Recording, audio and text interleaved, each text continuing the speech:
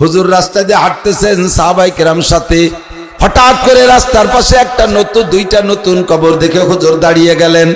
দাঁড়িয়ে বলতেছেন, সাহাবায়ে কেরাম দাঁড়াও। সাহাবায়ে কেরাম বলেন, ইমশি ইয়া রাসূলুল্লাহ, হুজুর সামনে হাঁটেন। হুজুর কয় না, আর হাঁটা যাবে না, আমি যখন চোখের সামনে দেখেই ফেলাইছি একটা ব্যবস্থা না করে সামনে যাওয়া যাবে না।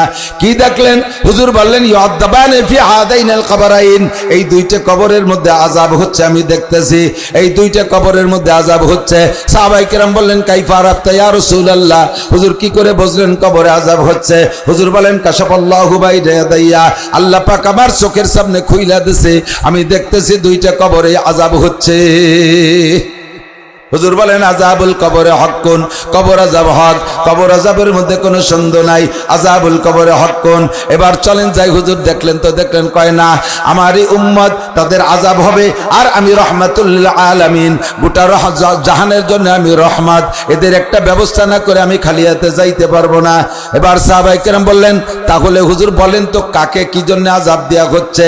আযাব হচ্ছে যখন দেখলেন, কোন কারণে আযাব হচ্ছে তা কি বলতে পারেন? হুজুর কাছে জিবরাইল আমারে তা জানাই দিয়ে গেছে। আহাদুহুমা ইয়ামশি বিন নামিমা, আর দ্বিতীয়জন লা ইয়াস্তানজিউনিল বাউল, একজনের স্বভাব হলো চগলখড়ি করত, নামাজ কালাম ইবাদত বন্দেগী যা করত খারাপ না, কিন্তু তার স্বভাব ছিল চগলখড়ি করা, মানুষের ভিতরে চগলখড়ি করে বেড়ায়, চগলখড় বোঝেন তো, চগলখড়ি করে বেড়াইতো। এই চগলখড়ি করার কারণে তার কবর আযাব হচ্ছে। দ্বিতীয় জনের দোষ হলো লা ইয়াস্তানজিউনিল বাউল, দ্বিতীয় জন নামাজ কালাম পড়তো কিন্তু সে পেশাব থেকে পরিচ্ছন্নতা অর্জন করতো না, পেশাব করতো, ঢিলা ব্যবহার করতো না, গরু ছাগল উর্দুম্বা ঘোড়া গাধা ব্যবস্থা পরিচালনা করতো, রাখালি করতো, এগুলো পুষতো, কিন্তু পেশাব, এরা পেশাব করতো, ওই পেশাব সিটে গায়ে লাগতো, সেই কাপড়কে সেই গা অবস্থায় না ধুইয়ে না পরিষ্কার করে ওই অবস্থায় ওযু বানায় নামাজ পড়তো। আর নামাজের কারণে কবর আযাব মাফ হয়।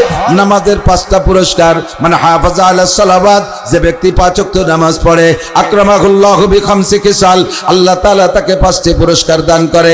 1 নম্বর পুরস্কার হলো নামাজি ব্যক্তিকে আল্লাহ দুনিয়া রুজির অভাব দেয় না। 2 নম্বরে আযাবুল কবর, নামাজি ব্যক্তিকে আল্লাহ কবর আযাব দেয় না। ওই লোকটা পেশাব থেকে পরিচ্ছন্ন না থাকার কারণে তার অক্তীয় নামাজ হয় নাই। নামাজের ফরজ 13টা, জোরে বলেন কয়টা? নামাজের ফরজ 13টা। 1 নম্বরে শরীর পাক, 2 নম্বরে কাপড় পাক, বলবেন 1 নম্বরে শরীর পাক, 2 নম্বরে কাপড় পাক। ওই পেশাবের থেকে পরিচ্ছন্নতা অর্জন না করার কারণে 1 নম্বর আর 2 নম্বর ফরজ মাইর খেয়ে গেছে। শরীরও না পাক, কাপড়ও না পাক, এই অবস্থায় নামাজ পড়ছে, কাজেই তার নামাজ হয় নাই। আর নামাজ না হওয়ার কারণে নামাজে যে তারে কবর আযাব থেকে বাঁচাবে সেই কাজও নামাজে করতে পারে নাই। খেয়াল করতেছেন নাকি? তাহলে কবর আযাব হক না বাতিল? সত্য না মিথ্যা? ও যুবক বলো, কবর আযাব সত্য না মিথ্যা? সত্য, ঠিক তো? এর থেকে বাঁচা দরকার আছে না নাই? বাঁচা ওই জায়গাতে বাঁচতে পারবে না যে কবরে আযাব হচ্ছে, ওইতে স্বপ্নে দেয়ালে মারে যে মা বালতি ভরে পানি ঢেলে দাও, আগুন এসে গেছে কবরে। এক কোনায় যে হুটোই রে, ওই জায়গাতে স্যালো মেশিন দিয়ে পানি দাও, কবরে আগুন ঢুকতেছে, এগুলি হবে? ও ঠেকানোর ব্যবস্থা ডাল ডোলজা বানাতে দুনিয়াতে বানায় নিয়ে যেতে হবে। তাহলে একমাত্র ইবাদত, তার নাম নামাজ। একমাত্র ইবাদত, তার নাম কি? নামাজ ছাড়া আর অন্য কোন ইবাদতে কবর আযাব থেকে বাঁচাতে পারবে না। অন্য ইবাদতের বিনিময় অন্য ভাবে পাবেন, অন্য ইবাদতের বিনিময় অন্য কিছু পাবেন। হজের বিনিময় আলাদা, রোজার বিনিময় আলাদা, যাকাতের বিনিময় আলাদা, তিলাওয়াতের বিনিময় আলাদা। কবর আযাব থেকে বাঁচতে হলে আর বিকল্প কোনো আমল নাই, একমাত্র নামাজ ছাড়া। বিশ্বাস হলো না? বিশ্বাস হয়? এই নামাজ যে নামাজ দিয়ে কবর আযাব ঠেকাবেন, সেই নামাজটাকে আগে সঠিক করতে হবে না? 90% পাবলিক পেশাব করে ঢিলা ব্যবহার করে না। পানি নিয়ে যে বদনা নিয়ে জাগাইতে একটু নাড়াচাড়া দিয়ে 2 একটু এটি চলে আসে।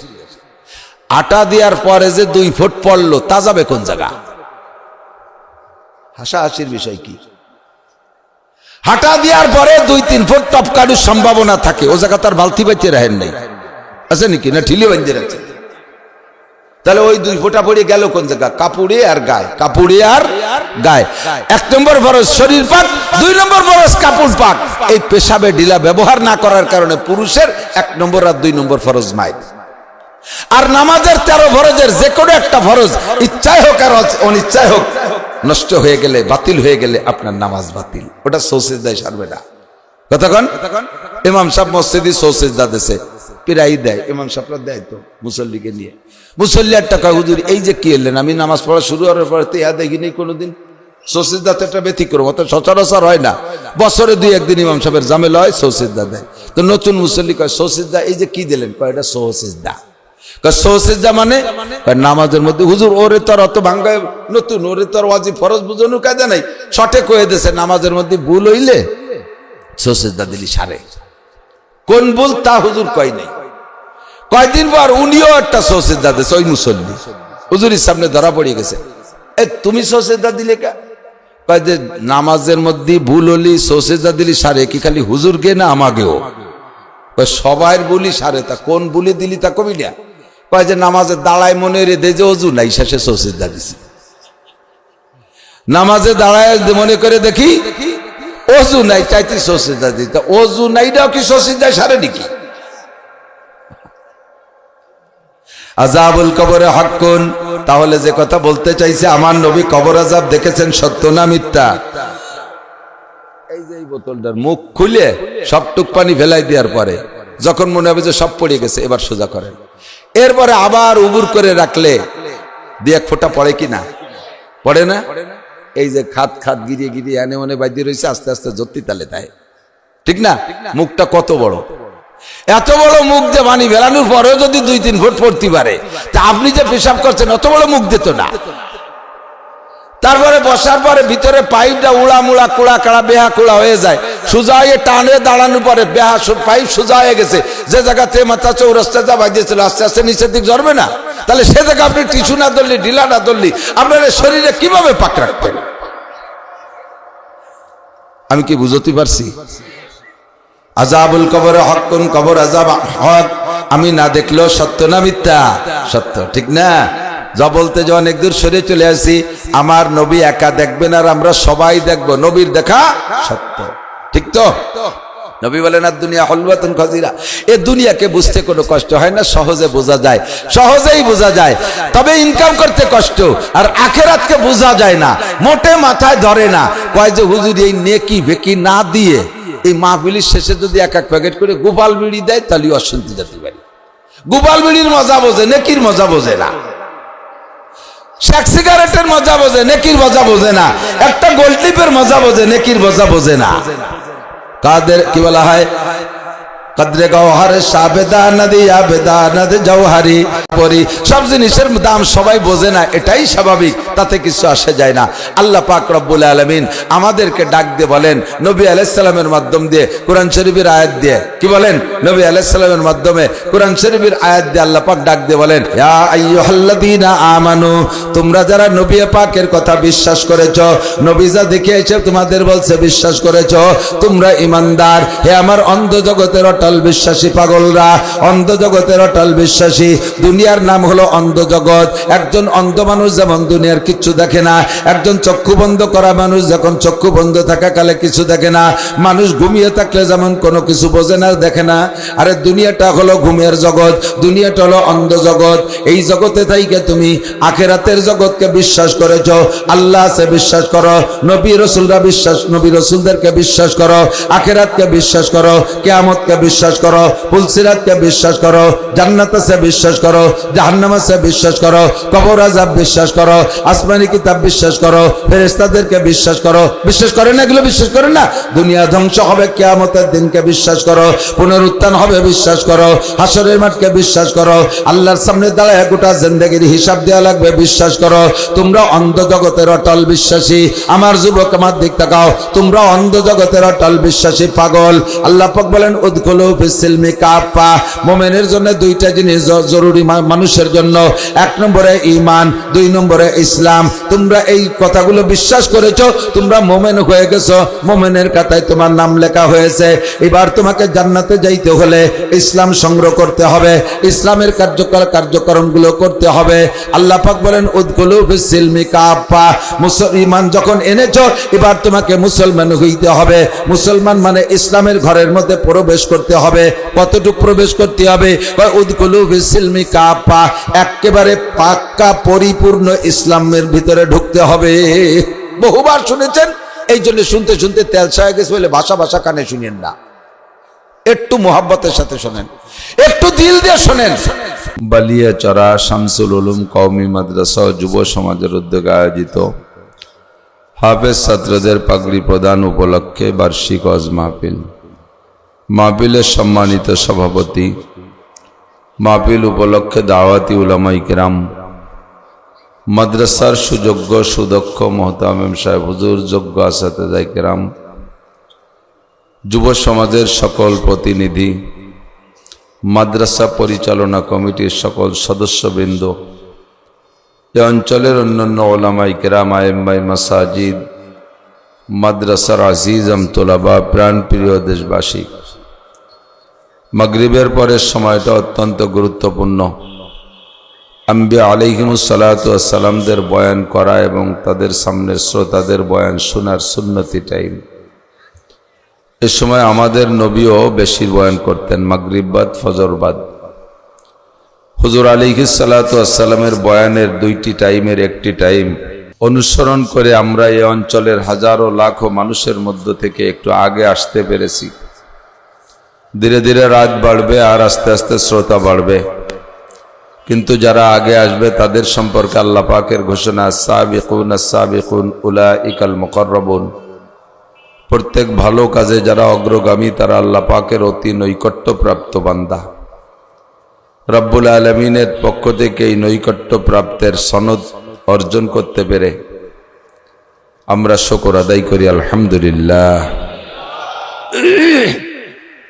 পরবর্তীতে হযরত মাওলানা মিজানুর রহমান ফরিদি সাহেব, হযরত মাওলানা ইমরান হুসাইন সাহেব, আরো ওলামায়ে কেরাম আছেন, বয়ান করবেন ইনশাআল্লাহ। তো এই মূল্যবান সময়টা আমিও একটু ভাগে পেয়েছি বিধায় আমি ব্যক্তিগতভাবে শুকর আদায় করি, আলহামদুলিল্লাহ। আল্লাহ পাক রব্বুল আলামিন দুনিয়াটাকে এমন ভাবে সাজাইছেন, হুজুর আলাইহিস সালাম বলেন, আদ-দুনিয়া হুলওয়াতুন খাদিরা, দুনিয়াটা মিষ্টি এবং সবুজ। স্বাদের মধ্যে সবচাইতে প্রিয় স্বাদের নাম মিষ্টি, আর রঙের ভিতরে পছন্দের রং সবুজ। তো হুজুর বলেন, আদ-দুনিয়া হুলওয়াতুন খাদিরা, দুনিয়াটা মিষ্টি এবং সবুজ। ফাত্তাকুদ দুনিয়া, তবে এই মিষ্টি আর এই সবুজের পালায় পড়ে যেও না। এই মিষ্টি আর এই সবুজের ভিতরে ধোঁকা আছে। ওমাল হায়াতুদ দুনিয়া ইল্লা মাতাউল গুরুর, ধোঁকার আসবাবে দুনিয়াটা ভরা। দুনিয়াকে বুঝতে খুবই সহজ, দুনিয়া বুঝতে খুবই সহজ, কিন্তু ধরা আবার কঠিন, ইনকাম করা বহুত কঠিন। 1 টাকা 2 টাকা 5 টাকা 10 টাকা 50 টাকা 100 টাকা 200 টাকা 500 টাকা 1000 টাকা গুনতেও সময় লাগতেছে না, কিন্তু 400-500 টাকা কামাই করতে কোদাল নিয়ে সকাল 8টা থেকে বেলা 1টা পর্যন্ত মাটি কাটা লাগে, তারপরে 400-500 টাকা। বুঝতে সহজ কিন্তু কামাই করতে বহুত কঠিন। সারাদিন ভ্যান রিক্সা চালাইলে 500-1000 টাকা, জানতোর পরিশ্রম করে দিন রাত ভরে মেহনত করলে 500-1000 টাকা। আখিরাত বুঝতে কঠিন কিন্তু ইনকাম করা একেবারে সহজ। সবাই আমার সাথে একবার পড়বেন, আল্লাহ 4000 নেকি। কের গা ঘামছে, মুখ ব্যথা হয়েছে, কোনো টেনশন, সময়ও লস নাই, এক সেকেন্ড। আল্লাহ বলতে 1 সেকেন্ড, মাত্র 4000 নেকি। একবার পড়ি কলেমায়ে তয়্যিবা, লা ইলাহা ইল্লাল্লাহ মুহাম্মাদুর রাসূলুল্লাহ। নবী আলাইহিস সালাম বলেন, তামলাউ মা বাইনাস সামাই ওয়াল আরদ, পড়নেওয়ালার জন্য আসমান আর জমিনের মাঝখানে সম্পূর্ণ ফাঁকা জায়গাটা নেকিতে ভরে গেছে। আমি আপনি দেখি না বিদায় যে বিশ্বাস করব না তা না, অনেক জিনিসই দেখি না আবার বিশ্বাস করা লাগে। কয়েক বছর আগে সারা দুনিয়া জুড়ে করোনা আসলো, কয়জন করোনা দেখছেন? করোনার চেহারা কেমন? করোনা কেমন দেখা যায়? দেখা যায় মরা যায়, ওই তো যাদের হয়েছে তারা মরছে। তো করোনা কিছু না, ওটা ব্ল্যাঙ্ক ফায়ার মারছে ওই পশ্চিমে বুদ্ধিজীবীরা। কিছু পিপি বেসবে, কিছু টিকে বেসবে, এর জন্য একটা পয়সার দরকার ছিল। এই খাদে একটা ধোকা দিয়ে সারা দুনিয়া যেন মানুষের কাছ থেকে পয়সা কামাই করে এনেছে, ও কিচ্ছু না, ফালতু মিথ্যে কথা। তো বাহারহাল অনেক জিনিস দেখি না, তারপরও আমাদের বিশ্বাসে আছে। মোবাইলের মধ্যে টাকা ঢুকছে 50,000, মোবাইল ভালোই ভাঙলি ওর মধ্যে টাকা দেখা যাবে? অথচ আছে না নাই? ওর মধ্যে আছে, কাউন্টারে দিলে আমার নগদ ক্যাশ দেয়, ঠিক না? তো এরকম করে আমার আপনার আমল নামায় নেকি এরকম বোঝাই হয়ে গেছে, আমি না দেখলেও আছে, আছে না? বিশ্বাস হয়? তো দুনিয়াকে বোঝা সহজ, কিন্তু ইনকাম করা কঠিন। আর আল্লাহ পাক এমন ভাবে দুনিয়া সাজাইছে, এ দুনিয়াকে বুঝতে জন্য এবং দুনিয়াকে কামাই করার জন্য কেউ পরামর্শ দেওয়া লাগে না। যার যার বুদ্ধি খাটায় সেই দুনিয়ার পিছনে ধান্দাবাজি করে। কোথায় গেলে পাবো, কিভাবে কামাই করব, এটা খুব নিজের থেকেই চেষ্টা করে মানুষ, সেদিকে দৌড়ায়। আখিরাতটা আমাদের চোখের সামনে না, সরাসরি দেখি না, এর কারণে বুঝতে একটু কষ্ট হয়। বুঝতে একটু না, খুব কষ্ট হয়, বলকে খুব বেশি কষ্ট হয়। মোটে মাথায় ধরে না, কি কয় নেকি, কি কয় আখিরাত, কি বলে কবর আযাব, মরে গেলি আবার কি আছে, মাটি হয়ে যাব, বডি মাটি হয়ে যাবে, হাড় গোড়ের খবর থাকবে না, তারপরে সে জায়গায় আযাব হবে কার, এ মোটে মাথায় ধরেই না। কিন্তু দুনিয়া চোখের সামনে যা দেখতেছি এটা যত সত্য, আখিরাতে চোখের সামনে দেখিনি এটা তার চেয়ে বেশি সত্য। এখন তৈরি করেন, তার চেয়ে বেশি সত্য। আমরা সব সারা দুনিয়ার 800 কোটি মানুষ মিলে একত্রিত হইয়া একটা জিনিসকে দেখলাম, চোখের সামনেই দেখলাম, একরকম দেখলাম। সারা দুনিয়ার 800 কোটি মানুষ একরকম দেখলাম একটা জিনিসকে। 800 কোটি মানুষ যদি কোনো একটা জিনিসকে একরকম দেখি, তো দেখার মধ্যে তো ভুল হওয়ার কথা না। সবাই একই, আকাশে চাঁদ উঠছে, সারা দুনিয়ার সবাই দেখতেছে পরিষ্কার আকাশে, চাঁদের মধ্যে ভুল আছে? ভুল নেই। কিন্তু এর এগেনস্টে যদি একজন মানুষ বলে না তোমরা যা দেখতেছো ওইটা ভুল, আমি যেটা বলি এইটা সত্য, একজন মানুষ বলে, তাহলে আমাদের সেই মানুষটার কথা আমরা এত বিশ্বাস করি যে 800 কোটি মানুষের দেখাই ভুল, ওই একটা মানুষের দেখাই সত্য, তিনি মুহাম্মদুর রাসূলুল্লাহ সাল্লাল্লাহু আলাইহি ওয়াসাল্লাম। কি বলেন, ঠিক কি ঠিক না? এ ব্যাপারে একই আছে তো? আমরা সবাই ভুল দেখতে পারি, নবী আলাইহিস সালাম একা ভুল দেখেন না। মিস্টার আবু জাহেল, কি নাম? মিস্টার আবু জাহেল, হযরত মাওলানা আবু জাহেল, পীরে কামেল আবু জাহেল, ওর নামে মিস্টার লাগাই দেয়, কারণ দুনিয়াটা জ্বালায় খাচ্ছে মিস্টাররা, ঠিক না? এই পশ্চিমে মিস্টাররা সারাটা, এ দেশেও বহুত মিস্টাররা জ্বালাই খায়, সেই জন্য ওর নামের সাথে মিস্টার শব্দটা দান করে দিলাম, ও মিস্টারের মালিক। তো মিস্টার আবু জাহেল নবী আলাইহিস সালামের দোস্ত না দুশমন? চরম পরম দুশমন, ঠিক না? হুজুর তার রিজ্জাতরে মক্কা ছাইড়ে মদিনায় চলে গেছেন, এই জানোয়ারটা সে জায়গা যাই হুজুরের শান্তিতে থাকতে দেবে না। 1000 সৈন্য নিয়ে চলে গেছে বদরে। হাজী সাহেব যারা গিয়েছেন বদরে দেখেছেন, যারা যান নাই তারা শুনেছেন গল্প। এবছর বদর গিয়েছিলাম। আবু জাহেল কালিবে বদর বলে, যেখানে আবু জাহেলকে জাহান্নামে পাঠানোর জন্য যে গেটটা, দুনিয়াটা গেট খুলে তোর মধ্যে ঢুকানো লাগছে। সাহাবায়ে কিরামদের কবরকে মাকবারা বলে, মাজার বলে, মারকাত বলে আরবিতে, আর ওরটাকে বলে কালিবে আবু জাহেল। আবু জাহেলকে জাহান্নামে দেওয়ার গেট বদরে আছে। হাজার হাজার হাজী সাহেবরা বদরে যাইতেছে মহাব্বতের সাথে, আবু জাহেলের ওই কবরের দিক তাকাইয়া ছোট্ট করে একটা গালি দিলিও দিয়ে আসে, যে যেভাবে পারে, যার যার বাংলায় বা যার যার ভাষায় দিয়ে আসে। মক্কায় আছে আবু জাহেলের বাড়ি, এখন তো আর বাড়ি নাই, হাজী সাহেবরা জানেন সাক্ষী, কয়েক হাজার প্রসাব করে নাকি পায়খানা। হাজীদের ভিতরে দেখলাম 2 দল হয়ে গেছে। একদল কয় কি যে এই মক্কায় যে কয়দিন থাকি তোর বাড়ি বইরে, বাংলায় কয় বাঙালিরা, তোর বাড়ি বইরে আঁকবো না, তোর বাড়ি তো ঢোকবই না, তোর বাড়ি বইরে পায়খানাও করবো না, এত ঘৃণা এত রাগ। আর একদল হাজিরা কয় এই মক্কায় যে কয়দিন থাকি আশেপাশে কোথাও পায়খানা করবো না, তোর কপাল বক্তে পায়খানা করে তুই যাবো। এইভাবে 2 দল 2 রকম রাগ প্রকাশ করে। ওই বদরে যাইও ওইভাবে গালি দেয় সবাই। 1000 সৈন্য নিয়ে গেছে হুজুরকে হত্যা করার জন্য। মারতে গেছে, মারছে না মরছে? বদরে মরছে। তো নবী আলাইহিস সালাম যখন সবে মাত্র নবুয়তি পেয়েছেন, মুসলমান মাত্র তখন 2 জন। হুজুরের মেয়েদের কাছে হুজুর পৌঁছায়নি কথা। একেবারে প্রথম চান্সে খাদিজাতুল কুবরা রাদিয়াল্লাহু তাআলা আনহা আর আবু বকর সিদ্দিক রাদিয়াল্লাহু তাআলা আনহু, এই 2 জন মাত্র, অনলি 2 জন। এই 2 জনের ভিতরেই ইসলাম সীমাবদ্ধ তখন। এর মধ্যে নবী আলাইহিস সালাম আল্লাহ পাককে বললেন, আয়াত নাজিল হয়েছে, ওয়া আনজির আশি ইয়া আইয়ুহান নাবিয়্যু ইয়া আইয়ুহার রাসূল বাল্লিগ মা উনজিলা ইলাইকা মির রাব্বিক। হে রাসূল, তোমার রবের কাছ থেকে যাহা পেয়েছো পুঙ্খানুপুঙ্খ, চুলচেরা পরিমাণে দিক সেদিক করতে পারবা না, উম্মতের কাছে পৌঁছিয়ে দাও। বাল্লিগ, তাবলীগ করো। বাল্লিগ মানে তাবলীগ করো, বাল্লিগ মানে তাবলীগ করো, পৌঁছাই দাও। কতটুকু পৌঁছাবো? মা উনজিলা ইলাইকা মির রাব্বিক, তোমার রবের পক্ষ থেকে যাহা কিছু পেয়েছো, ছোট থেকে ছোট, বড় থেকে বড়, সবগুলো পৌঁছাইয়া দিবা। লজ্জায় কোনো কথা গোপন রাখতে পারবা না, ভয়ে কোনো কথা লুকায় রাখতে পারবা না। যত বড় নেতা বাহাদুর হোক না কেন, তার সামনে হক কথাগুলো পৌঁছাইয়া দিবা।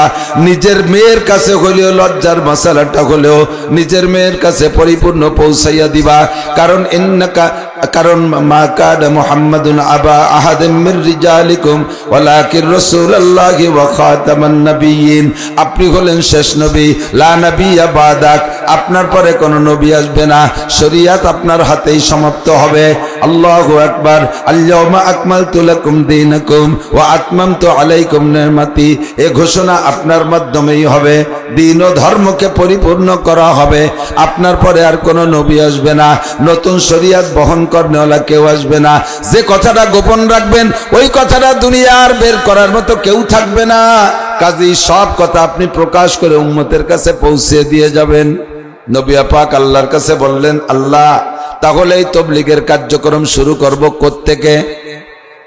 প্রত্যেকটা কাজের একটা হেড অফিস থাকে, একটা মার্কাজ থাকে, একটা প্রাণ কেন্দ্র থাকে, একটা শুরু স্থান থাকে। সারা বাংলাদেশের তাবলীগের মার্কাজ কাকরাইল, ঠিক না? সারা ওয়ার্ল্ডের সবচেয়ে বড় তাবলীগী মার্কাজ রায়ব্যান্ড, দিল্লি নিজামুদ্দিন। পাকিস্তানের তাবলীগী মার্কাজ রায়ব্যান্ড। এমন করে প্রত্যেক দেশে একটা মার্কাজ আছে, আর বিশ্বে একটা মার্কাজ আছে। আমার তাবলীগী মার্কাজ শুরু করব কোন জায়গা থেকে? আল্লাহ পাক বললেন, আনজির আশিরাতাকাল আকরাবিন। দূরে তাবলীগ পরে করো, আগে তাবলীগ ঘরে করো। দূরে তাবলীগ পরে করো, আগে তাবলীগ ঘরে করো। আনজির আশিরাতাকাল আকরাবিন, তোমার নিকটতম আপনজন যারা, তাদের মধ্যে তাবলীগ আগে করো। এক শ্রেণীর মানুষ তাবলীগের উপর অভিযোগ করে, আল্লাহ নবী তাবলীগ করছে কাফেরের বাড়ি, আর আমাকে এই এলাকার তাবলীগওয়ালারা খালি মুসলমানকে বাড়িতে ঘুরি বেড়ায়। এই কনেওয়ালা আছে না নাই? এই বলে বলে যে এটা নবীওয়ালা তাবলীগ না, এটা ইলিয়াসি তাবলীগ। একটু জোরে করেন না, নাউজুবিল্লাহ। যারা এই জাতীয় বিয়াদবি করে, আল্লাহ তাআলা তাদেরকে হিদায়াত নসিব করে না, তাদেরকে আল্লাহ হিদায়াত দেয় না। খেয়াল করেন, আল্লাহর সাথে বিদ্রোহ করলে আল্লাহ অত রাগ করে না, আল্লাহর ওলিদের সাথে বেয়াদবি করলে আল্লাহ যত রাগ করে। কথা মনে রেখেন, একটু আইসে গেলে সাথে একটু কয়ে যাইতে হয়, সাথে গ্যাটিস কথা। ফিরাউন, নমরুদ, এ বড় বড় লিডার কাফের নাম তো সবার জানা আছে। নমরুদ কি মৌলানা নাকি? ফিরাউন আলাইহিস সালাম, নমরুদ, ফিরাউন লানাতুল্লাহি আলাইহিমাল কাযিবিন। এই জাতীয় মিথ্যাবাদীদের উপরে আল্লাহর অভিশাপ হোক, বলেন আমিন। তো নমরুদ খোদাই দাবি করছে, আল্লাহর পদ নিয়ে কাড়াকাড়ি, লম্বা টাইম, আল্লাহ কিচ্ছু বলে নাই। খেয়াল করেন, আল্লাহ কিচ্ছু বলে নাই। আল্লাহরে মারতে পর্যন্ত গেছে। কত বড় আমাল চিন্তিতে পারেন। বিমান একখান বানাইয়া 3 তরবারি নিয়ে আল্লাহরে গুলিয়ে আকাশে গেছে, যথেষ্ট উপরে উঠে গেছে। আল্লাহ যদি ওই জায়গাতে ধরে গাড়টা টানি ছিঁড়িয়ে ফেলাইয়া শুরু শুরু করে ওই পাশ থেকে জাহান্নামে দিয়ে দিত আমাকে না দেখাইয়া, তাও আল্লাহ পারতেন কিনা? আল্লাহ মিটমিটে হাসে আর কয়, কত বড় দামড়া, তুই আমারে মারতে আইছিস। তোরে যদি এই জায়গা যদি আমি মারি, তাহলে মরিও, যদি মরি তো যাবি, মরে যাওয়ার পর নিচে ফেলাই দেবো, কারণ আমার আবার ওয়াদা রয়েছে মিনহা খলাকনাকুম ওয়া ফিহা নুঈদুকুম ওয়া মিনহা নুখরিজুকুম তারাতান উখরা। যত উপরে যে মরো তোমার কিন্তু মাটির মধ্যে আইনা ছাড়বো, আকাশেও যদি মারি তোরে মাটির মধ্যে নিতে হবে। আলা ইয়া সাকিনাল কাসরিল মুআল্লা সাতুদফানু আন করিবিন ফিত তুরাবি গর ইমারত রা বরি বর আসমা আকিবাত জেরে জমি গর্দিনহা। 500 তালা দালানের মাথার উপরে বসবাস করো, ও জায়গায় যদি তোমার মরণ হয় অবশেষে তোমাকে মাটির মধ্যে আসতে হবে। কথা কন, আসমানও যদি মারি তাহলে তোরে তো অবশেষে মাটির মধ্যে নিতে হবে, আমার ওয়াদা। যখন তুমি মরে মাটিতে যাইবা তখন তুমি যদিও ঠকে যাইতেছ তবুও তোমার উম্মতরা একটা ক্রেডিট ঝাড়বে। আল্লাহর সাথে যুদ্ধ হয়েছে, আর সব যুদ্ধ তো সবাই যেতে না, হয়তো ধরো আমাকে খোদা ঠকেই গেছে, কিন্তু যুদ্ধ হয়েছে আল্লাহর সাথে, এইগুলো একটা ক্রেডিট ঝাড়বে। এই জন্য তোর সাথে জায়গা কোনো মারামারি হবে না, তোরে মারবো সবচাইতে দুর্বল একটা প্রাণী দিয়ে।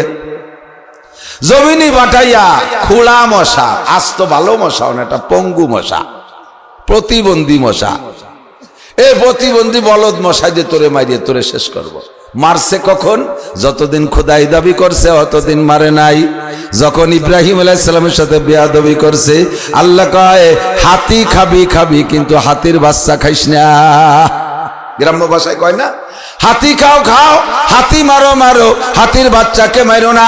আরে মুরব্বী হাতিরে মারলে মুরব্বী হাতি তো মরেই গেল, প্রতিবাদে যাইতে পারে না, অ্যাকশনে যাইতে পারে না, কিন্তু বাচ্চাটার গায়ে যদি হাত দাও আর মুরব্বীটা যদি থাইকে যায়, ওই মুরব্বী তোমাকে যেখানে পাইবে সে জায়গা শেষ করবে।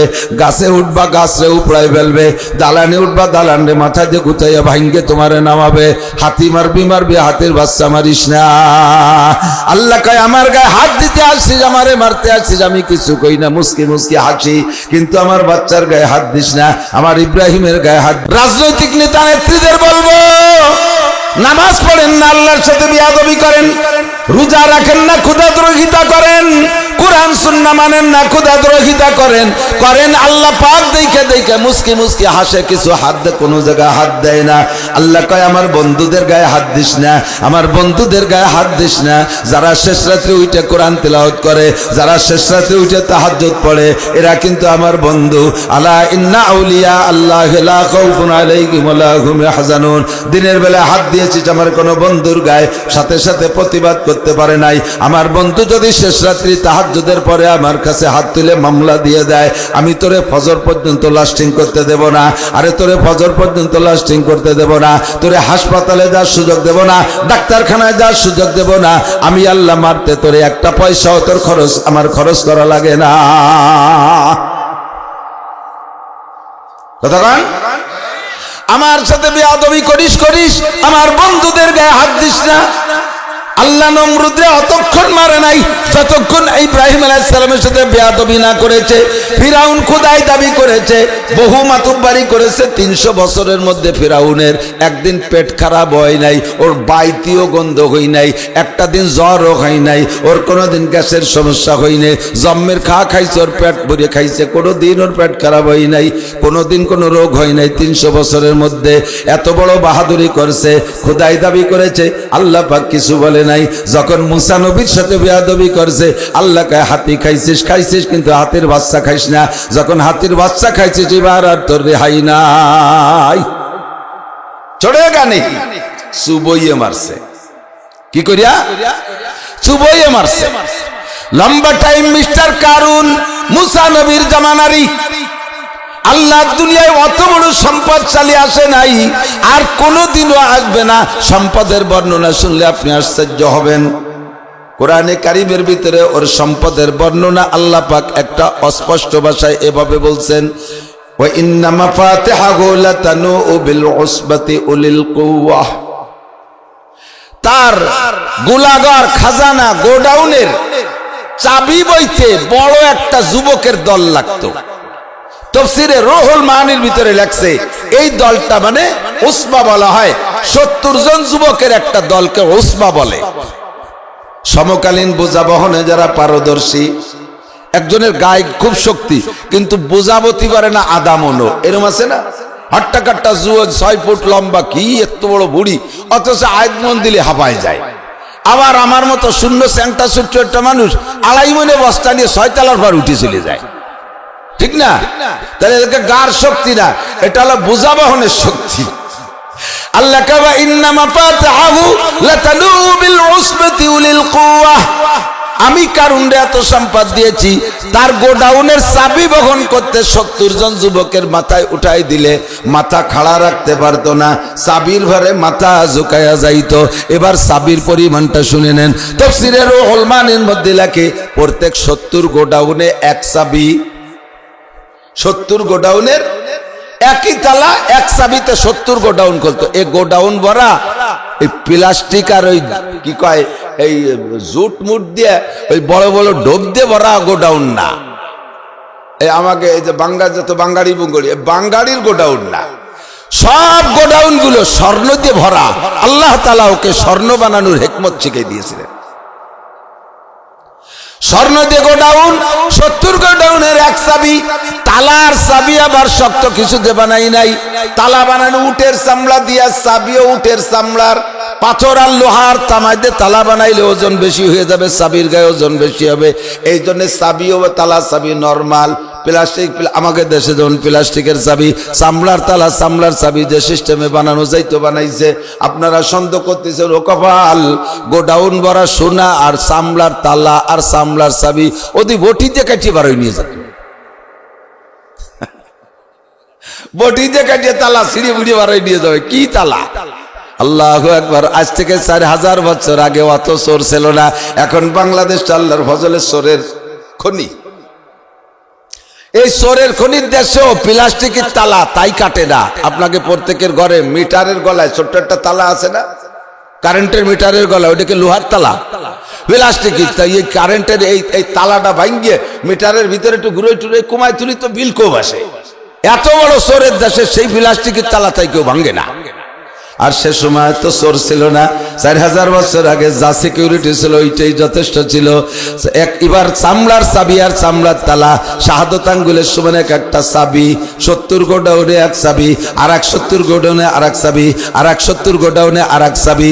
অবশেষে যে চাবির পরিমাণ হলো এত, 70 জন যুবক লাগতো শুধু চাবি বহন করতে। তাহলে সম্পদ কি পরিমাণ! এই সম্পদ দিয়ে কখনো কোনো মানুষের কোনো উপকারে আসে নাই। আমাদের হাতের তালুর দুই অবস্থা, এদিক দেখেন এই কবজিতে নিয়ে মাথা পর্যন্ত কিছু আছে আঙ্গুল আর খানিক জায়গায় হাতের তালু পাতা, ঠিক না? এমন করে সিট করে যদি বইরে হাতের বার পানি রাখেন, তালুতে একটু থাকবে কিন্তু আঙ্গুল বরাবর কি থাকবে? আঙ্গুল যত মিশে লোক হাইক দিয়ে ভাষা ভুষে যে পড়ে যাবে না মানে। আর কারুন আল্লাহ এমন সুন্দর দুইখান হাত দিছিল, ওর সারা হাতের পর পানি রাখলে তাইলেও যেমন চায় আঙ্গুলির ওই জায়গাও থাকতো, 1 ফুট পানি ভাগতে পারতো না। এমন কিরপিনির কিরপিন, ওর সম্পদে মানুষের কোনো উপকারে আসে নাই। মুসা আলাইহিস সালাম হুকুম করলেন, ও কারুন, আল্লাহ পাক রব্বুল আলামিন যাকাত দিতে বলছে, তোমার সম্পদের যাকাত দাও। সম্পদের যাকাত, যাকাত কি ভাইজান? ওদিকে ওর ভাই জানায়, কারণ হলো মুসা আলাইহিস সালামের ভগ্নিপতি। তো ভাইজান যাকাত কি? তোমার টোটাল সম্পদের 1/3, 3 ভাগের 1 ভাগ দেবা, 3 ভাগের 1 ভাগ দেবা। তাহলে এত বড় সম্পদ ভান্ডারে 3 ভাগের 1 ভাগ দিতে কইছে কারে? যার হাতের ভাগ দিয়ে একটু পানিও পড়ে না। এই স্টক করে মরার কাজ না। আমাকে যাকাতের পরিমাণ কতটুক? 40 ভাগের 1 ভাগ। কতটুক? 40 ভাগের 1 ভাগ। তাই বড় লোকরা পাই টু পাই হিসেব করে যাকাত দেয় কয় বুড়ি। এখন তো এই যে শীতকাল আসতেছে, আরো নির্বাচনও পেছে গেছে, সব মিলিয়ে কম্বল পাওয়ার একটা সুযোগ আইছে। কি সাইজের কম্বল? আপনাদের দিক কেমন কম্বল দেয় জানি না, আমাকে ওদিক দেয় 80 টাকা দামের কম্বল, তাই সে কম 60 টাকার কম্বল একটা ভোট। সুবহানাল্লাহ, একটু কন্যা নাউজুবিল্লাহ। 40 ভাগের 1 ভাগ। কাপড় দেয় রমজান মাসে, সে কাপড় দিয়ে মশারি বানালেও মশা ক্রলিং করে ধুয়ে যায়। লুঙ্গি দেয় রমজান মাসে, যাকাতের লুঙ্গি, সে লুঙ্গি 2 বার ধোয়ার পরে আর তাতে মার থাকে না, পরে দাঁড়াইলে এ পাশে ও পাশে একের ভাঙ্গার মোড় পর্যন্ত চৌরাস্তা দেখা যায়। কতক্ষণ? 40 ভাগের 1 ভাগ দেয় না। আর তাদের তারপর যাকাত 3 ভাগের 1 ভাগ কোনো মতে দেবে না। এখন এই যাকাতের থেকে বাঁচার জন্য মুসা আলাইহিস সালামের নামে অপবাদ দেশে। অপবাদ তৈরি করার সিস্টেম কি? ঈদগার মাঠে মুসা আলাইহিস সালাম যখন বয়ান করবে, ঈদের নামাজ হইতো, ঈদ ছিল, লিকুল্লি কওমিন ঈদ, প্রত্যেক জাতির ঈদ ছিল, মুসা আলাইহিস সালামের ঈদ ছিল। তো ঈদের মাঠে 6 লক্ষ বনি ইসরাইল আসছে, মুসা আলাইহিস সালাম বয়ান করছেন, খুব বয়ান টান খুতবার ভিতর দিয়ে হঠাৎ করে কারুন দাঁড়ায় গেছে, এক মহিলারে সাজায় নিয়েছে, তোমারে 10,000 স্বর্ণ টাকা দেব, কারণ এই কোটি কোটি কোটি কোটি কোটি কোটি টাকা রাতেতে বাইসে যাব যদি 10,000 টাকা তারে দিয়া যায়। তো মহিলারে তৈরি করছে, মুসা যখন বয়ান করবে তুমি ওর মধ্যে দাঁড়াই বলবা, হ্যাঁ নবী মুসা তুমি আমার সাথে জিনা করছো, এই কথাটা খালি কবা, তাহলে আমরা জিনার বিচার পাথর মেরে শেষ করে দেব। আল্লাহ মুসা আলাইহিস সালামের বয়ানের ভিতর দিয়ে মহিলা দাঁড়ায় গেছে, মুসা আমার একটা দাবি। বলেন কি দাবি? তাড়াতাড়ি বলেন। কয় কি যে আপনি আমার সাথে অন্যায় করেছেন, আমার উপরে আপনি এই জাতীয় অন্যায় করেছেন, বলতে ভয় লাগতেছে। তো কারুন এবার সুযোগ পাইছে, হ্যাঁ তাহলে এর বিচার না হওয়া পর্যন্ত মুনাজাত হবে না। আসেন না একদল মাথা এরকম লাফায় ওঠে, সুযোগ পালি মাথা লাফায় ওঠে, এর বিচার না হওয়া পর্যন্ত এখান থেকে আমরা উঠবো না। এখন মুসা আলাইহিস সালাম কি বললি? যখন মুসা আলাইহিস সালাম জ্বালানি নজরে তাকায় পড়ছে, মহিলা থামিয়ে গেছে, মহিলা থামিয়ে গেছে, মহিলা এবার কাফ শুরু হয়ে গেছে, কি খবর বল, আবার বল। তখন মুসা আলাইহিস সালামের পক্ষেই মহিলা বলতেছে, আল্লাহর নবী মুসা তুবতু ইলাল্লাহি তাওবাতান নাসুহা, আমি খালেস তওবা করছি, আমি যাহা বলেছি আপনার নামে মিথ্যা অপবাদ দিয়েছি। এই যে আমার ব্যাগ ভরা টাকা, কারণ আমারে 10,000 স্বর্ণের টাকা দিয়েছে আপনার নামে মিথ্যে কথা কওয়ার জন্য। ধরা পড়ে গেছে সূরা, ধরা পড়ে গেলে মুসা আলাইহিস সালাতু ওয়াস সালাম আল্লাহ বিচার তুমি করবা না আমি করব। মুসা কয় আল্লাহ বিচার তুমি করবা না আমি করব। আল্লাহ কয় বলো কে করবে? কয় না তুমিই করো। আল্লাহ কয় ঠিক আছে আমি বিচার করব, তাহলে তুমিও একটু পাশে থাকো, যার বিচার সে করতে পারলে একটু তৃপ্তি বেশি পাওয়া যায়, ঠিক না? সমাজে দুই যুবক কিলে কিলিয়ারছে, মুরব্বীরা বসে কয় ওরে দুটো থাপ্পড় দাও, আর একজন মাতুব্বারের দায়িত্ব দিয়েছে, ওরে দুটো থাপ্পড় দাও, সে 2 থাপ্পড় দিয়েছে, কিন্তু যারে মারছে সে কয় থাপ্পড় যা দাও না দাও আমি 2 ঘুষি না দিয়ে ছাড়বো না, নিজের হাতের একটা স্বাদ আছে। আল্লাহ কয় মুসা তোমার ভিতরে তুমি আদায় আর আমি সহযোগিতা করব। মুসা আলাইহিস সালাম সুযোগ পেয়ে কয় ইয়ার খুজি কারুন, হে জমিন ধর কারুন রে ধর। যখন কইছে ধর কারুন রে ধর, টাকনু পর্যন্ত গিলিয়ে ফেলাইছে। তবুও কারুন বোঝে না যে আমার তওবা করতে হবে। সদহ জাবাজ দিল বসুজাত দিদাসুদ চুগর জামাদ হুনার পোশে দাসুদ, সদহ জাবাজ দিল বসুজাত দিদাসুদ চুগর জামাদ হুনার পোশে দাসুদ।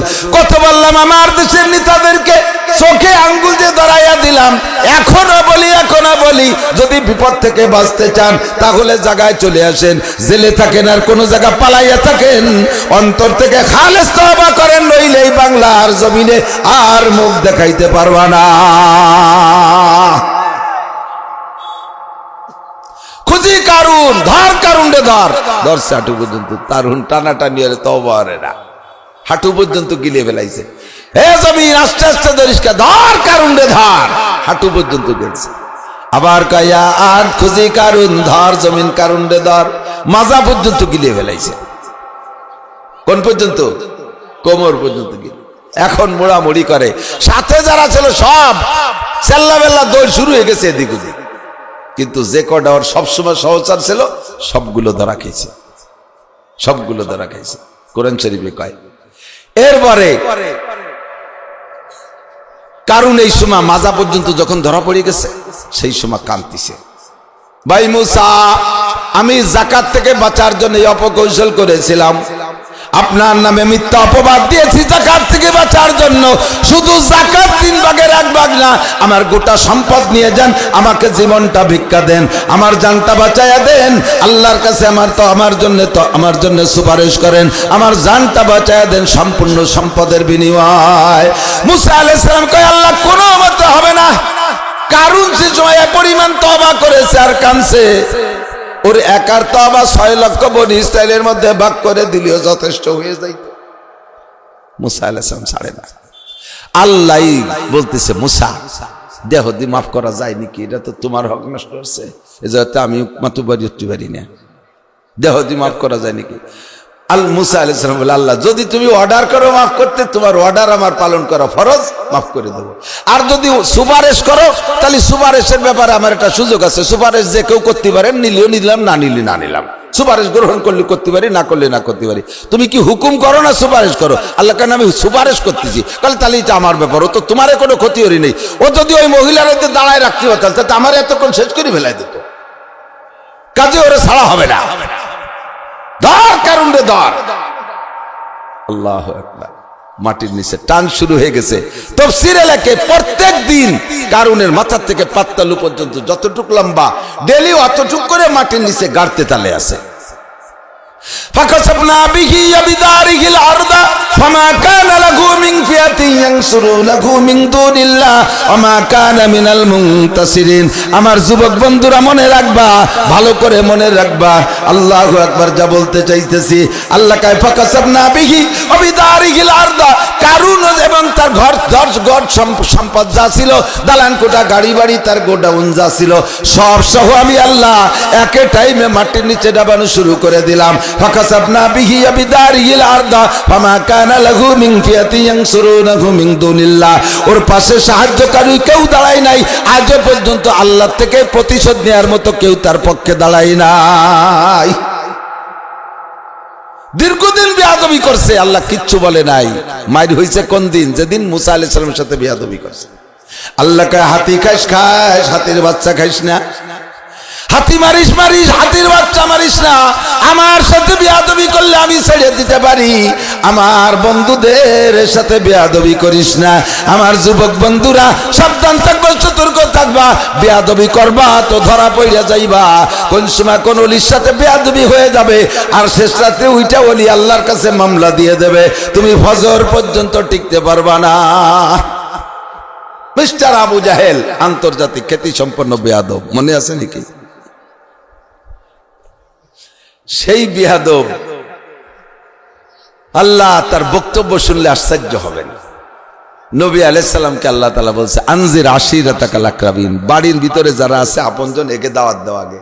কারণ তুমি দূরে যেয়ে দাওয়াত দিবা, তোমার বাড়ির দ্বারের মানুষ যদি বিদ্রোহ করে তাহলে দূরের মানুষ খাবে না, কবে যে নিজেদের লোক তাই তারে মানে না, তা আমরা ভোট দেই কি এরিয়া। কোন নেতা যদি নির্বাচনে জিততে হয় আগে গোষ্ঠীরে ঠিক করতে হবে। গোষ্ঠী যদি বিদ্রোহী হয়ে যায় তাহলে বাইরে যে এসে দাঁড়াতে পারবে না। আপনারা আমার বাড়ি ওয়াজ করতে, ওয়াজের দাওয়াত দিতে যান, আমার বাড়ির কাছে চার দোকান আছে, হয়তো একটু বইছেন চার দোকানে, যে কোন জায়গাতে আসছেন, বাঙ্গারতে আসছেন, কীর্তি আসছেন, ওই নাসির হুজুরের দাওয়াত দিতে আসেন। আমার স্বাস্থ্য ভাই বিরাদের আর একটা বাট পাট, ওরে দাওয়াত দিতে আসেন, ওর কথা আমরা শুনিনি। এক কইলে আপনি যে মোহাব্বত নিয়ে গেছেন খানিকটা ঘাটতি হবে না? শেষে টিপা টিপি ওরে কি কয়, নিজেকে ভাই বিরাদার তাই রুমরে তুই কি তাই থাকবে, সব যায় আর খুজুরির দ্বারে যাই, আর আমারে দাওয়াত দেবেন না।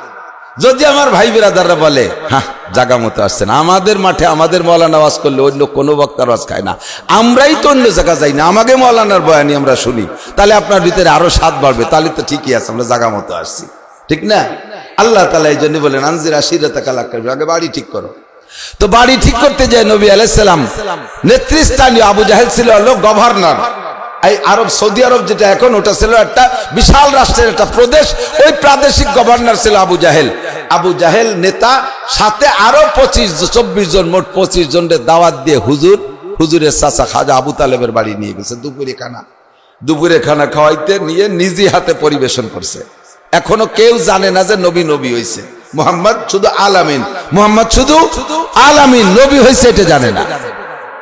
তো দুপুরবেলা হুজুর নিজে হাতে নবীওয়ালা প্রশিক্ষণ নিয়ে সুন্দর করে পরিবেশন করে খাওয়াই দাওয়াইয়া রুদ্ধদ্বারে ঘর দরজা বন্ধ করে দিয়ে বলতেছে, আমার মুরব্বীরা, আমার আব্বাও নাই, আমার দাদাও নাই, আমার মাও নাই, আমার মার পেটে একটা ভাই নাই, একটা বোন নাই, আপনারা চাচা দাদা মুরব্বী যাই আপনারা, আমি তো আপনাদের কেমন ছেলে এটা জানা আছে, আমার বাহিরে কিছু কাজবাজ করা লাগে, এদিক ওদিক যাওয়া লাগে, তা আপনাদের পক্ষ থেকে একটা সার্টিফিকেট লাগবে, আমি এই সার্টিফিকেটটা চাইতেছি, শুধুমাত্র মৌখিক হলেও হয় অথবা খাতা কলমে লিখে দিলেও দিতে পারেন, আমি একটু জানতে চাইতেছি, আমার চারিত্রিক সনদ চাইতেছি, আনা কাইফা মিনকুম, আমি আপনাদের কেমন সন্তান, আমি আপনাদের কেমন সন্তান, আমি চোর, আমি লুচ্চ, আমি ডাকাত, আমি বাটপার, আমি ধোঁকাবাজ, আমি মিথ্যাবাদী, আমি মুনাফিক, আমি জালেম, আমি ভাষা খারাপ করি, আমি কি ক্রিমিনালি করি, আমি কেমন ছেলে, এটা একটু আপনারা একটা সার্টিফিকেট আমাকে দেবেন। তো চারিত্রিক সনদ চাইলে হুজুর এক কথায় চাইছে না কাইফা মিনকুম, আমি কেমন ছেলে। এইটা বলার জন্য সবার কাছে তো ভোট নিতে হবে, কিন্তু সবাই বলতেছে এত মানুষের কোয়ার দরকার নেই, তুমি কেমন তো আমরা সবাই জানি। তা আমাদের দল নেতা লিডার মিস্টার আবু জাহেল, তখন তার নাম তো আবু জাহেল হয় না, নাম হলো আমর ইবনে হিশাম। তার নাম আমর, বাপের নাম হিশাম, উপাধি ছিল আবুল হেকাম, জ্ঞানীদের পিতা, মহাজ্ঞানী পণ্ডিত। তুমি আমাদের পক্ষে থেকে, সকলের পক্ষ থেকে মুহাম্মাদের একটা সার্টিফিকেট দিয়ে দাও, তুমি কেমন। তো আবু জাহেল জানে না তো যে কি কবে মুহাম্মদ সাল্লাল্লাহু আলাইহি ওয়াসাল্লাম। আবু জাহেল দাঁড়াইয়ে বলতেছে, ভাতিজা কি বলবো, তোমার প্রশংসা করার মতো ভাষা আমার জানা নাই। বলবেন সুবহানাল্লাহ। তোমাকে প্রশংসা করার মতো ভাষা আমার জানা নাই।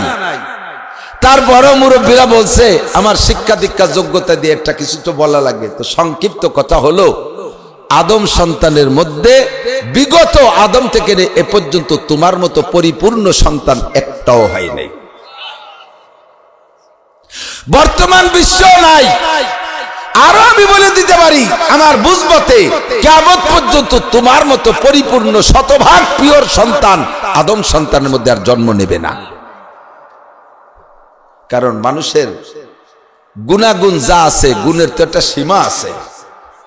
সম্পূর্ণ সীমা পরিপূর্ণ যদি করে বসে, তারপরে আর কি থাকে, আর কিছু থাকে না। মার্ক তো 100, মার্ক কত 100। তো 100 যদি 100ই হয়ে যায়, তারপরে আর কি, তুমি 100। মিয়া মিয়া, আরবিতে কয় মিয়া মিয়া, তুমি 100। ভাতিজা তুমি যাহা বলো তাহা সত্য, তার মধ্যে কোনো সন্দেহ নাই।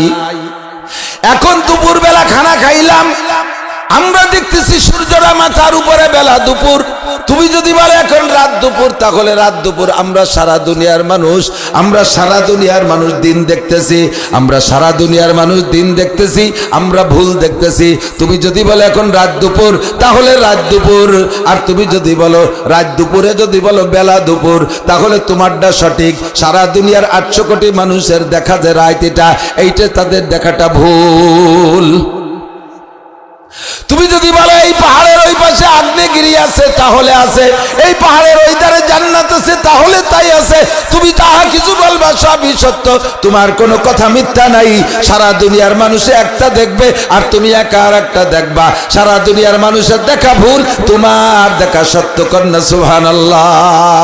আবু জাহেলের মতো আন্তর্জাতিক খ্যাতি সম্পন্ন বিশ্ব মস্তান কাফের, সে নবী পাকের পর এমন আস্থা রাখে। এবার আপনাদের কাছে বলতে চাই, জানতে চাই, সারা দুনিয়ার মানুষ একটা দেখে, একটা দেখে, আর আমার নবী আলাদা একটা দেখে। সারা দুনিয়ার মানুষের দেখা ভুল হইল, আমার নবীর দেখা ভুল না, ঠিক কিনা?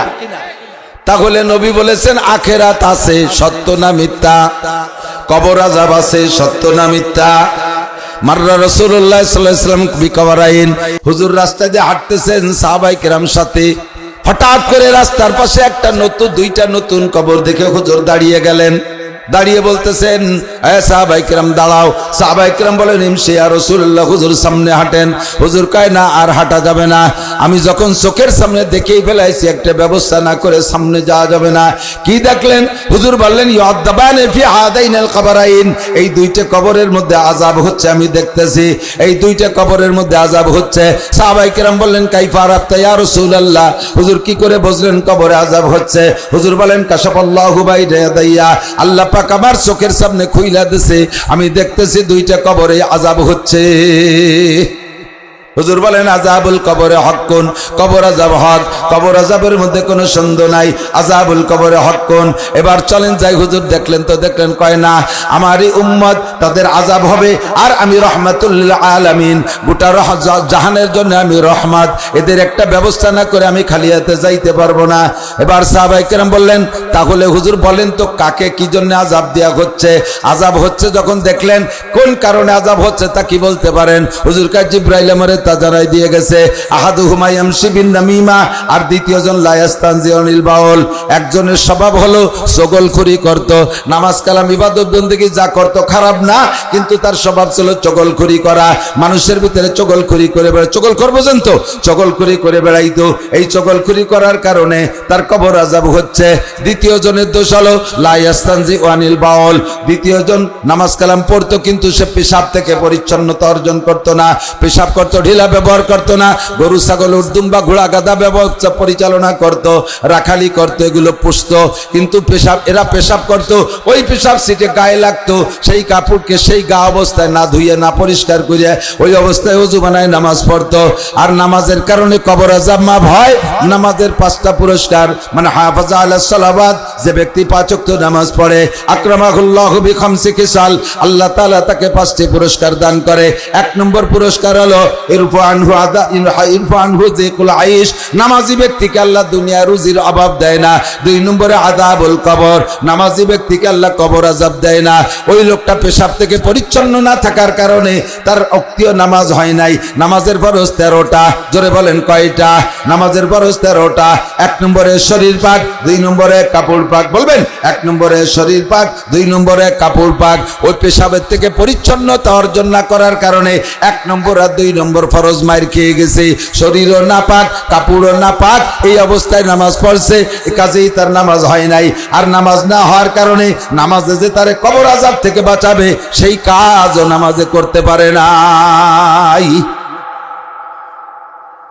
খেয়াল করতেছেন নাকি? তাহলে কবর আযাব হক না বাতিল, সত্য না মিথ্যা? ও যুবক বলো, কবর আযাব সত্য না মিথ্যা? সত্য, ঠিক তো? এর থেকে বাঁচা দরকার আছে না নাই?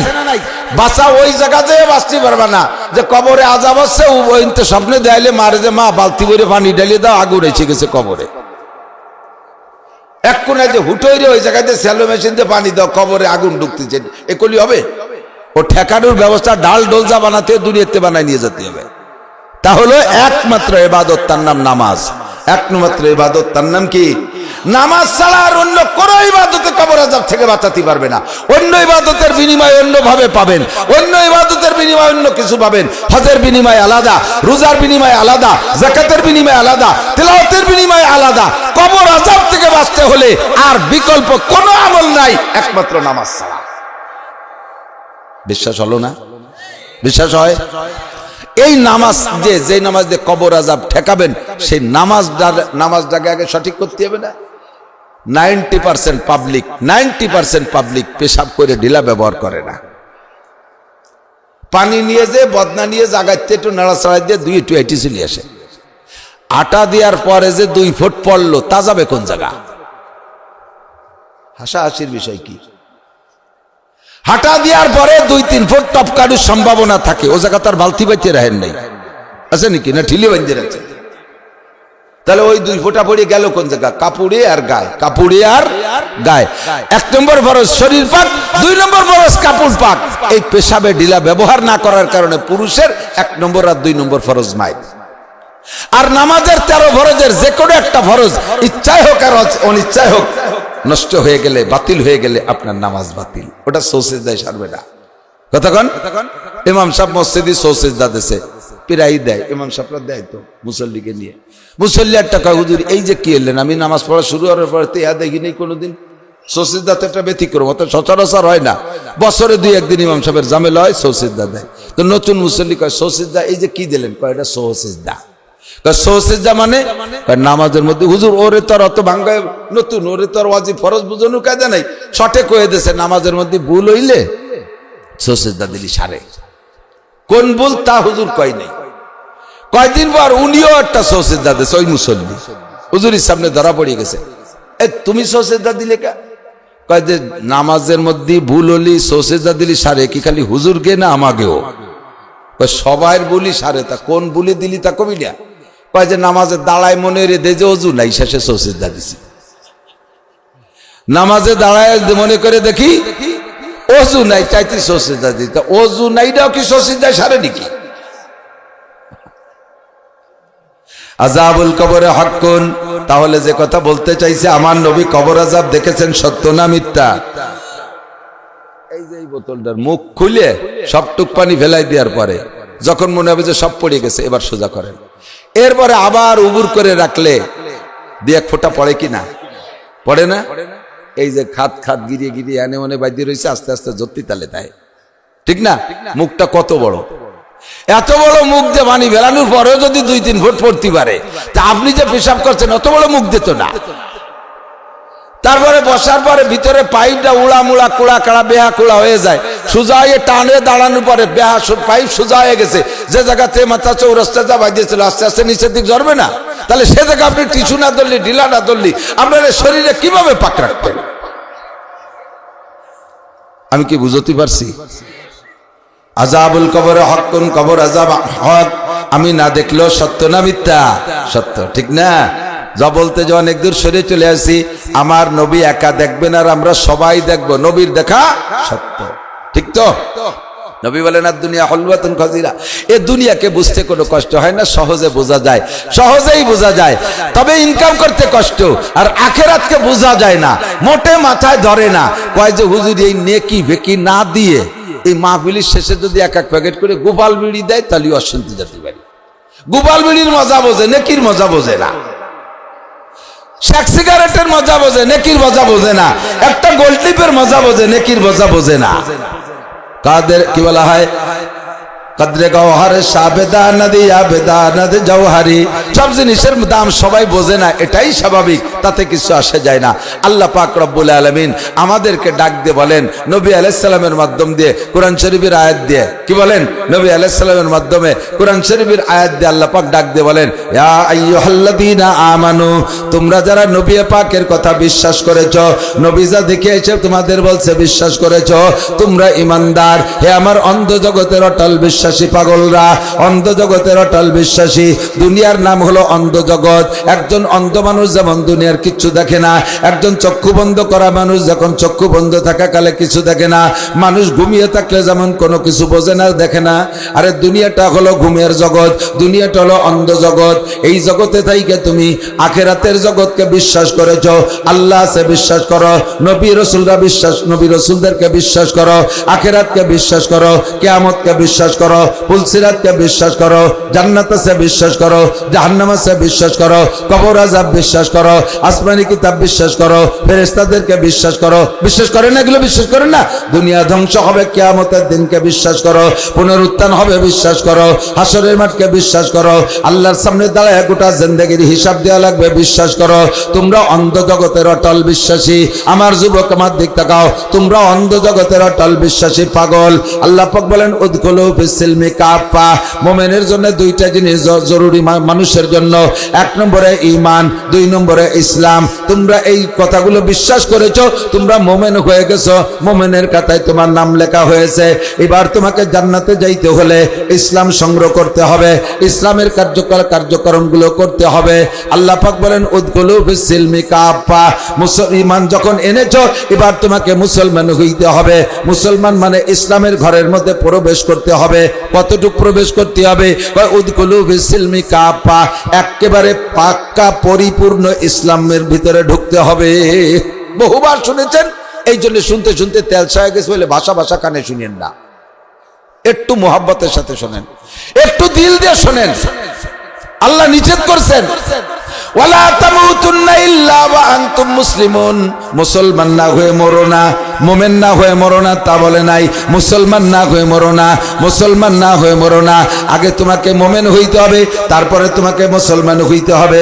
মুসলমান কট্টুকের নাম, কয় মুসলমানি বুয়াদ গরদান নেহাদান। আমার যুবক বন্ধুরা লক্ষ্য করো, মুসলমানি বুয়াদ গরদান নেহাদান, আয়নানে খুতবা দস্তে খাজা দাদান। মুসলমানি হলো নিজের মাথাটাকে আল্লাহর সামনে সপর্দ করা, আত্মসমর্পণ করা, আল্লাহর সামনে মাথা নিচু করা। কপালটা কার সামনে, জোরে বলেন, কার সামনে নিচু হবে? দুনিয়ার কোনো দেবদেবীর সামনে নিচু হবে না, কোনো ফকিরের সামনে মাথা নিচু হবে না, কোনো কবরে যে মাজারে যে মাথা নিচু হবে না, কোনো পীরের দরবারে মাথা নিচু হবে না, কোনো নেতার দরবারে মাথা নিচু হবে না, টাকা পয়সার সামনে মাথা নিচু হবে না, দালান কোঠার সামনে মাথা নিচু হবে না, কোনো পদের সামনে মাথা নিচু হবে না। এই মাথাটা কপালটা একমাত্র কার জন্য? আল্লাহু আকবার। বারবার তিনটি অঙ্গ, পরপর তিনটি অঙ্গকে তুমি আলাদা নজরে পাহারাদারি করবা 1 নম্বরে কপাল, এইটা থাকবে খাস আল্লাহর জন্য। কপালটা কোনো পীরের দরবারে মাজারে যে যদি আপনি নিচু করেন, আপনি পাক্কা মুশরিক হয়ে যাবেন, পাক্কা মুশরিক হয়ে যাবেন। 100 বার হজ করেন, কিছু আপনার আমলনামায় থাকবে না। 200টা উমরা করেন, কিছু আমলনামায় থাকবে না। 1000 খতমে কোরআন করছেন, কিচ্ছু আমলনামায় থাকবে না। যদি কোনো পীরের দরবারে, বাবার দরবারে, খাজার দরবারে কপাল নত করেন। কপালটা কার? বরাবর 2 নম্বর অঙ্গ। নবী পাক বলেন, মাইয়াজমাল্লি মা বাইনা লাহিয়াইহি ওয়া মা বাইনা রিজলাইহি আজমান লাহুল জান্নাহ। ও আমার নারী আর পুরুষ, আবাল বৃদ্ধ বনিতা, আমার প্রাণ প্রিয় বন্ধুরা, একটু কান খাড়া করো। আল্লাহর নবী বলেন, 2টি অঙ্গের পাহারাদারি করো, 2টি অঙ্গের জিম্মাদারি নাও। 1 নম্বরে তোমার জিহ্বা, 2 নম্বরে তোমার শরঙ্গা। মা বাইনা লাহিয়াইহি, 2 মাড়ির মাঝখানে ছোট্ট একটা নরম অঙ্গ। আর মা বাইনা রিজলাইহি, 2 রানের মাঝখানে আর একটা ছোট্ট নরম অঙ্গ। এই 2টা নরমকে তুমি গরম করো না, এই 2টা নরমকে তুমি পাহারাদারি করো। তুমি 2টা নরমকে যদি সংরক্ষণ করতে পারো, হেফাজত করতে পারো, এর জিম্মাদারি নিতে পারো, নবী পাক বলেন, আজমাল্লাহুল জান্নাহ, আমি তোমার জান্নাতের জামিন হয়ে যাব। 2 মাড়ির মাঝখানে জিহ্বাটা, এই জিহ্বাটারে কন্ট্রোল করো। হারাম খাবার জিহ্বায় দিবা না, কোনো নাপাক জিহ্বায় দিবা না, সুদের টাকা জিহ্বায় দিবা না, ঘুষের টাকা জিহ্বায় দিবা না, মদ গাঁজা আবা ফেন্সিডিল হিরোইন জিহ্বায় দিবা না, চুরি করা মাল জিহ্বায় দিবা না, ডাকাতি করা মাল জিহ্বায় দিবা না, গরিবের হক মারিয়ে খাওয়া টাকা জিহ্বায় দিবা না, টোন মারা, মন মারা, রাস্তা মারা, খাল মারা, বিজিএফ কার্ড মারা, পঙ্গু ভাতা, বয়স্ক ভাতা বেঁচে খাওয়া টাকা